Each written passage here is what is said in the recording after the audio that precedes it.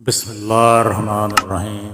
حدیث نبوی صلی اللہ علیہ وآلہ وسلم حضرت کعب بن مالک رضی اللہ تعالیٰ عنہ نے روایت کی کہ نبی کریم صلی اللہ علیہ وآلہ وسلم غزوہ تبوک کے لیے جمعرات کے دن نکلے تھے۔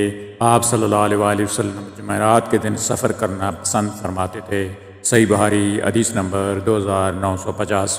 ام المومنین حضرت عائشہ رضی اللہ تعالیٰ عنہ کہتی ہیں نبی اکرم صلی اللہ علیہ وآلہ وسلم سوموار اور جمعرات کے روزے کی تلاش میں رہتے تھے۔ سنن ترمذی حدیث نمبر 745۔ حضرت ابو ہریرہ رضی اللہ تعالیٰ عنہ سے روایت ہے کہ آپ صلی اللہ علیہ وآلہ وسلم نے فرمایا لوگوں کے اعمال ہر ہفتے میں 2 بار پیش کیے جاتے ہیں، پیر کے دن اور جمعرات کے دن، اور ہر ایمان رکھنے والے بندے کی مغفرت کر دی جاتی ہے اس بندے کے سوا کہ اس کے اور اس کے بھائی کے درمیان عداوت اور بغض ہوتا ہے، تو ان کے بارے میں کہا جاتا ہے کہ ان دونوں کو چھوڑ دو یا مؤخر کر دو یہاں تک کہ دونوں عداوت چھوڑ کر ایک دوسرے کی طرف واپس آ جائیں۔ صحیح مسلم حدیث نمبر 6547۔